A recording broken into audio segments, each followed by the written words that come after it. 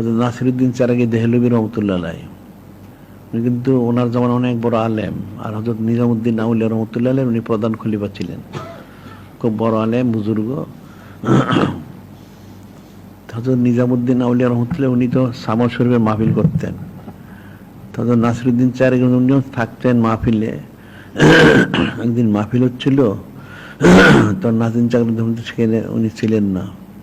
যাই হোক, তাই ওনার এক পীর ভাইকে বললো যে কি ব্যাপার, মাহফিল হচ্ছে আপনি যাচ্ছেন না?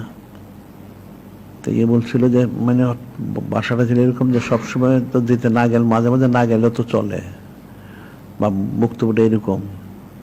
তো এই কথাটা আবার ওই মুরিদ হযরত নিজামুদ্দিন আউলিয়া রহমতের কাছে গিয়ে জানালো যে হুজুর এরকম, উনি তো এরকম বসা আছে, বলছিলাম তো ওনার বক্তব্য ভাষ্য হলো যে না আসলে অসুবিধাটা কি, সবসময় না আসলে, মাঝে মাঝে আসলে হয়।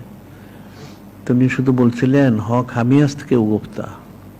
হযরত নিজামুদ্দিন আউলিয়া রহমতুল্লাহ বললেন হক হামিহাস্ত কে উ গুপ্তা, অর্থাৎ এর অর্থ হইল সে যা বলেছে সে ঠিকই বলেছে, অসুবিধা নাই, সবসময় আসতে হয় না, না আসলে কি হয়, এতটুকু শুধু কথা বললেন।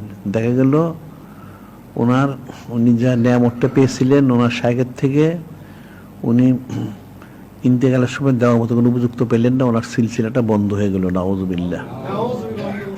ওনার সাথে যা ছিল, ওনার ইন্তেকাল করার পরে ওনার সেই কবরের মধ্যে সবগুলি দিয়ে দাফন করে দেওয়া হয়েছে।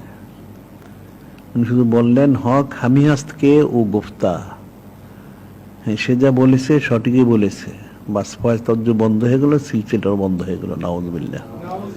কাজে তাসব্বটা অনেক সূক্ষ্ম জিনিস। মানুষ যখন ওলি আল্লাহ হয় না, এই জন্য ওলি আল্লাহ হয় না, এটা অনেক সূক্ষ্ম বিষয়।